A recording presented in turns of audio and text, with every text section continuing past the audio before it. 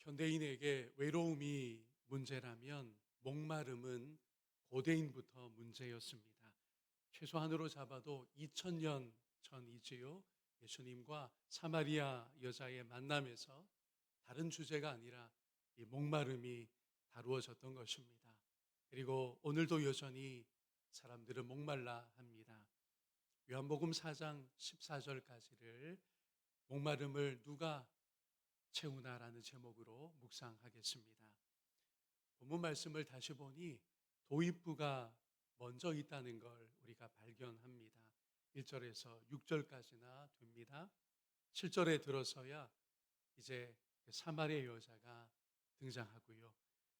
그러니 도입부를 가볍게 지나칠 수가 없는 것 같습니다. 1절을 그래서 보면 세례 이야기로 시작합니다. 이렇게 되어 있지요. 예수께서 제자를 삼고 세례를 베푸시는 것이 요한보다 많다 하는 말을 바리새인들이 들은 줄을 주께서 아신지라. 그러니까 예수님도 초기에 이 세례 운동을 진행하셨습니다. 먼저 시작한 세례 요한도 계속 하고 있었고요.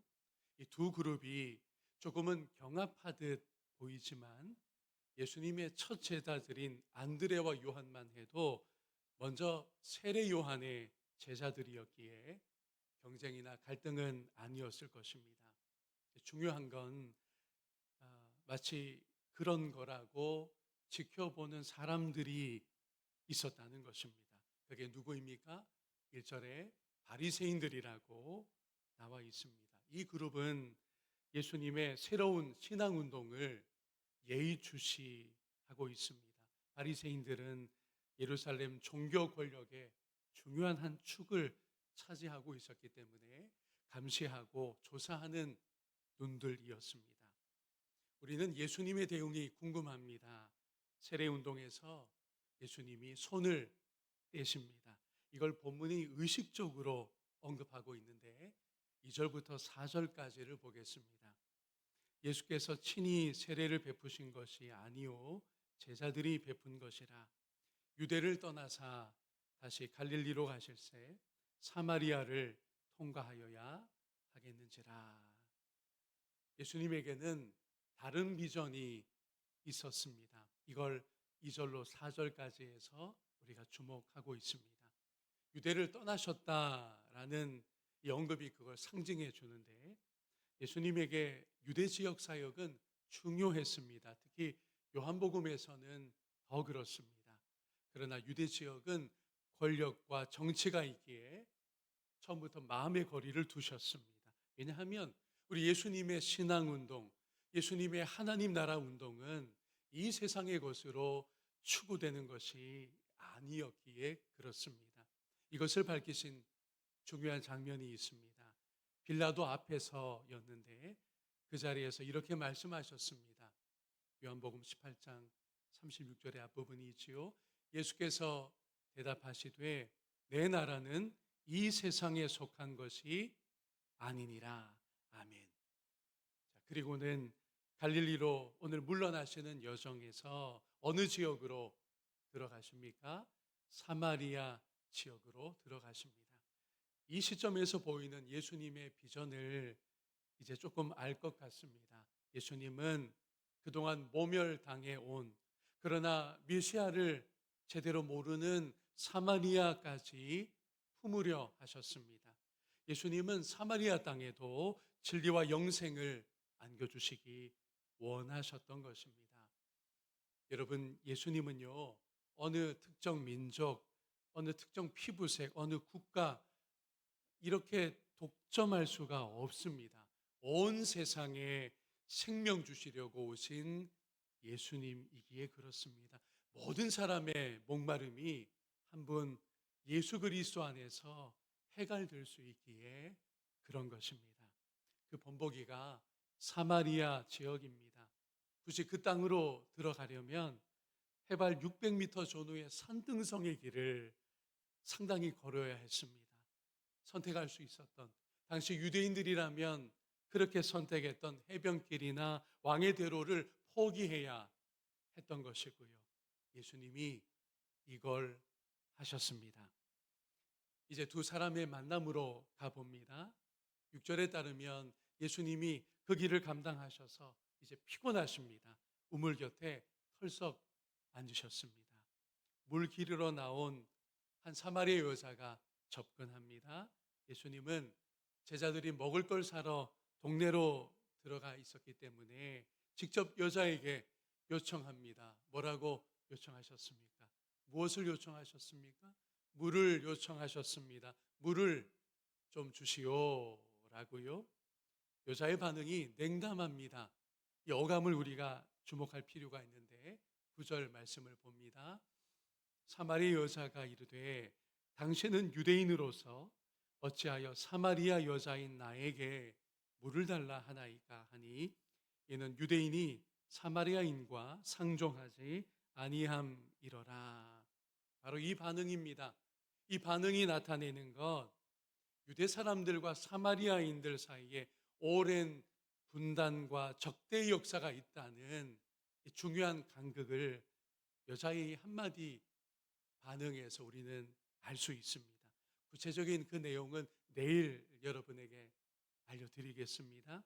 당장에 예수님이 물 한 그릇 대접받지를 못하고 있어요. 예수님이 물을 요청은 하셨는데 그래서 여자가 물을 주었다는 언급이 본문에 없습니다. 하지만 예수님은 이제 신령한 물에 관하여 전혀 다른 차원의 물에 관하여 말씀하기를 시작합니다. 중요한 전환점이 온 것입니다. 10절 말씀인데요. 예수께서 대답하여 이르시되 너가 만일 하나님의 선물과 또 너에게 물 좀 달라 하는 이가 누구인 줄 알았더라면 너가 그에게 구하였을 것이요 그가 생수를 너에게 주었으리라. 아멘. 여러분, 우리의 존재와 신앙이 성숙할 때가 있는데 그럴 때는 전환점 같은 계기가 주어지곤 합니다. 예수님이 그 전환점을 오늘 이 여자에게 주시고 있어요. 특별히 10절 말씀이 전환점이 됩니다. 무슨 내용이었나요? 물 좀 달라고 해야 할 사람이 내가 아니라는 거예요. 예수님이 물 좀 주시오라고 요청은 했습니다마는 역설적으로 이제 중요한 말씀을 주십니다. 내가 물 좀 달라고 할 것이 아니라 누가 물을 달라고 해야 맞는 거라고요? 당신이 사마리아 여자 당신이 나에게 물 좀 달라고 해야 옳은 것이요 라는 겁니다. 나는 당신에게 목마름이 있음을 이미 알고 있어 채우지 못한 갈증을 내가 생수로 해결할 것이요. 그래서 10절에 이렇게 되어 있는 거예요. 나에게 당신이 구하였을 것이요. 그리고 내가 여기 그라고 되어 있지만 내가 생수를 너에게 당신에게 그러면 줄 수 있는 것이요. 라는 전환의 말씀인 것입니다.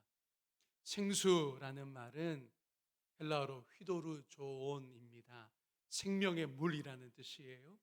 이 새로운 물은 이게 중요합니다. 두 가지 특성이 있어요. 첫째는 같은 10절 말씀에 하나님의 선물로서의 물이라는 것입니다. 하나님이 은혜로 주신다는 거예요.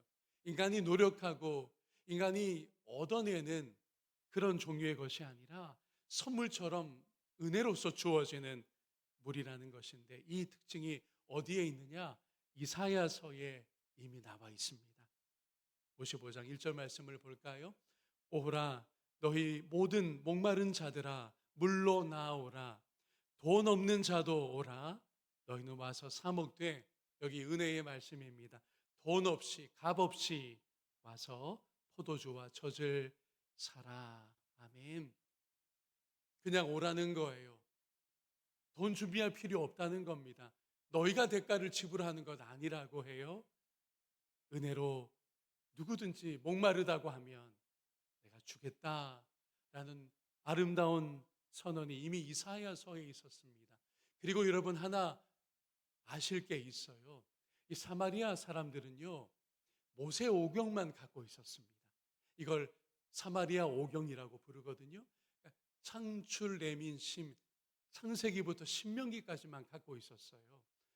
대부분은 내용이 비슷한데 그 구체적인 내용으로 들어가면 사마리아 오경은 좀 다른 구석들도 갖고 있습니다.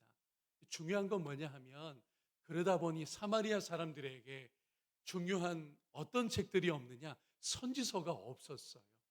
이사야서가 메시아에 대해서 뭐라고 말씀하시는지, 예레미야서에서는 메시아를 어떻게 내다보고 있는지에 대한 중요한 지식이 들려온 바가, 읽은 바가 없었다는 겁니다. 그래서 예수님의 10절 말씀에는 구약 성경 선지서의 두 중요한 암시가 담겨 있어요. 하나는 방금 이사야서였고요. 두 번째 특징으로서 예레미야서 말씀이 있는데, 그 생수의 근원이 누구이시냐에 관한 말씀입니다. 우리 예레미야서 2장 13절을 전광판으로 읽을까요? 내 백성이 두 가지 악을 행하였나니 곧 그들이 생수의 근원되는 나를 버린 것과 스스로 웅덩이를 판 것인데, 그것은 그 물을 가두지 못할 터진 웅덩이들이니라. 아멘. 여러분, 여기 나왔습니다. 두 번째 중요한 생수의 특징이요, 이 생수의 근원에 관한 겁니다.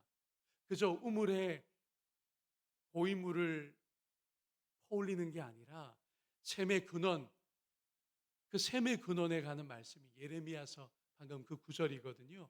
생수의 근원이 누구이시라고요?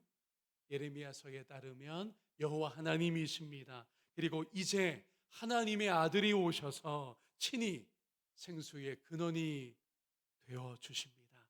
여자는 우물을 가지고 예수님에게 질문을 이제 더 구체적으로 꺼내 놓습니다만은, 예수님은 우물이 아니라 샘물에 관하여, 이 물들의 근원에 관하여 말씀으로 주실 것이고, 결국 오늘 설교의 주제인데 그 샘의 근원이 누구이실까요? 하나님의 아들 예수 그리스도이신 겁니다. 세상은 그러나 오늘 이 세상을 대표하는 사마리아 여자도 이 진리를 모르고 있습니다. 예수님을 제대로 알지를 못합니다. 대신 스스로 웅덩이를 만들 뿐이라는 거예요. 그러나 예레미야서는 뭐라고 말씀합니까? 그 웅덩이가 물을 나름 저장하여 그걸로 어찌어찌 목마름을 해결할 수 있을 것 같을지 몰라도 터져버린 웅덩이라는 거죠. 세상 사람들이 이렇게 여전히 살아갑니다. 돈이라는 샘을, 힘이라는 혹은 권력이라는 샘을, 성공을 통한 자기 증명이라는 샘을 어찌어찌 마련들 하려고 한다는 거죠. 하지만 그런 샘들은 터지기 마련이고, 중요한 건 다시 목마르게 될 뿐이라는 사실입니다. 사마리아 여자에게는 크게 두 가지 스스로 마련하는 웅덩이가 있었어요. 하나는 남편이라는 웅덩이요 혹은 샘이었습니다. 우리가 이미 아는 것처럼 5번이나 시도했고 기대했던 샘이에요. 남편이라는 샘. 당시 여자들에게 남편은 보호였습니다. 인생의 중요한 보호자가 바로 남편이었거든요. 그런데 우리는 이것도 알고 있습니다. 그 남편이라는 샘이 이미 여자에게는 무너져 있었다는 것을요. 다른 하나는 사마리아 사람의 신앙 전통이라고 하는 셈이었습니다. 그것이 오늘 상황에서는 야곱의 우물을 이 여자가 자부하는 것으로 대표되고 있어요. 우리의 조상이 야곱입니다. 야곱이 이 샘을 우리에게 주어서 오늘도 우리가 마시고 있어 나름 뿌듯하게, 야곱으로 대표되는 사마리아 사람들의 신앙 전통, 특별히 그리심산과 거기에서의 예배를 이 여자가 또 하나의 샘물로 여기고 있는데, 우리가 본문을 더 읽어가다 보면 그것도 연약할 뿐입니다. 예수님께서 진정한 예배의 처소가 몸소 되어주실 것임을 더 알려주시게 됩니다. 남편도 사마리아 사람의 신앙 전통도 목마름을 더하게 할 뿐이었다는 것입니다. 이제 오늘 설교 주제를 우리가 마주하고 말씀을 마치려고 합니다. 목마름을 누가 채우는가라는 설교 주제인데요. 14절 말씀에서 결론을 우리가 발견하겠습니다. 함께 14절 말씀 봅니다. 내가 주는 물을 마시는 자는 영원히 목마르지 아니하리니 내가 주는 물은 그 속에서 영생하도록 솟아나는 샘물이 되리라. 아멘. 바로 여기에 야곱의 우물과 그리고 예수님이 주시는 이 샘물의 근본적인 차이가 있어요. 우물은 외부에 있습니다. 여자도 오늘 그걸 스스로 증명했어요. 그 외부에 있는 우물을 향해서 걸어왔잖아요. 그 강렬한 태양빛 아래 힘든 몸을 그리고 늘 시큰둥하게만 하고 있었던 이 우물 깃는 일을 하러 바깥에 있는 특정한 그 우물로 걸어왔잖아요. 나아오지 않았습니까? 그런데 이제 예수님이 주신다는 그 물은요, 어디서부터 솟아나는 물이라고요? 속에서, 내부에서 솟아나는 물이라는 겁니다. 그래서 다시 물길이로 나아갈 필요가 없다는 거죠.